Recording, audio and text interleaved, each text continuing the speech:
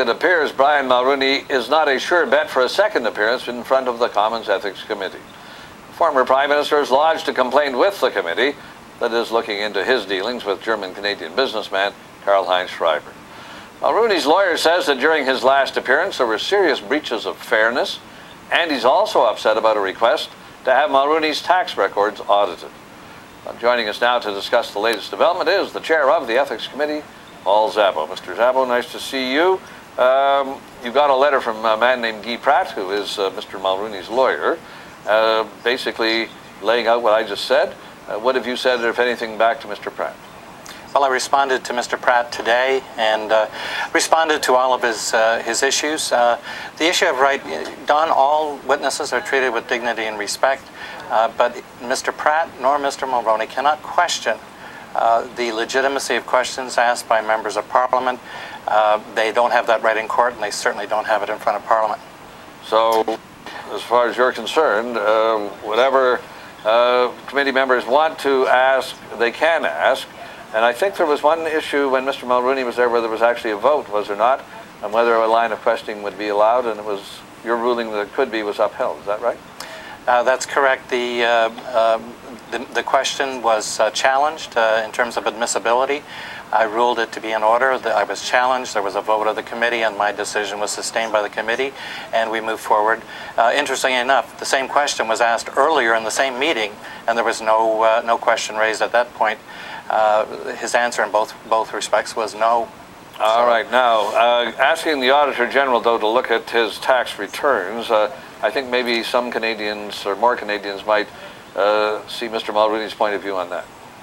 Yeah, I want to refer you to a book called The Power of Parliamentary Houses to Send for Persons, Papers, or Records, which was written by MP Derek Lee, who's a valued legal advisor of mine. And in it, and I can succinctly put it, it says that no general statute or order in council can override the privileges and powers of the Commons. There's enough legal precedent and precedent in the House, and in fact, in 1990, the Mulroney government refused to release documents to the Justice Committee.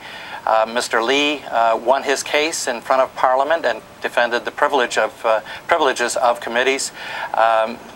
The fact is, Don, that we do have the unrestricted authority to call for persons, papers, or records. That includes income tax returns.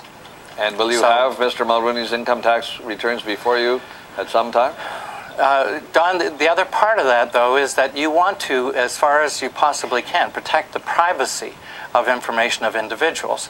And I've laid out in the letter to Mr. Pratt how this might be done in a way in which the Auditor General can assist. And so that my calling the Auditor General was simply to explore the possibility that should we get the authorization, or in fact call for the tax returns of Mr. Mulroney, that working through the Auditor General, we could protect those tax returns from ever getting into the public domain. Okay, so let's move quickly because you start up again next week, and I think your first witnesses are on Thursday. Any new people on your witness list that we haven't heard about? Let me give it to you. People are interested. We're meeting in camera on Tuesday the 29th, Karl-Heinz Schreiber on the 31st. On February 5th, Norman Spector and Alan Rock. February 7th, Luc Lavoie and François Martin, the former chef of 24 Sussex. February 12th, Marc Lalonde, Greg Alford of GCI, and Fred Doucette.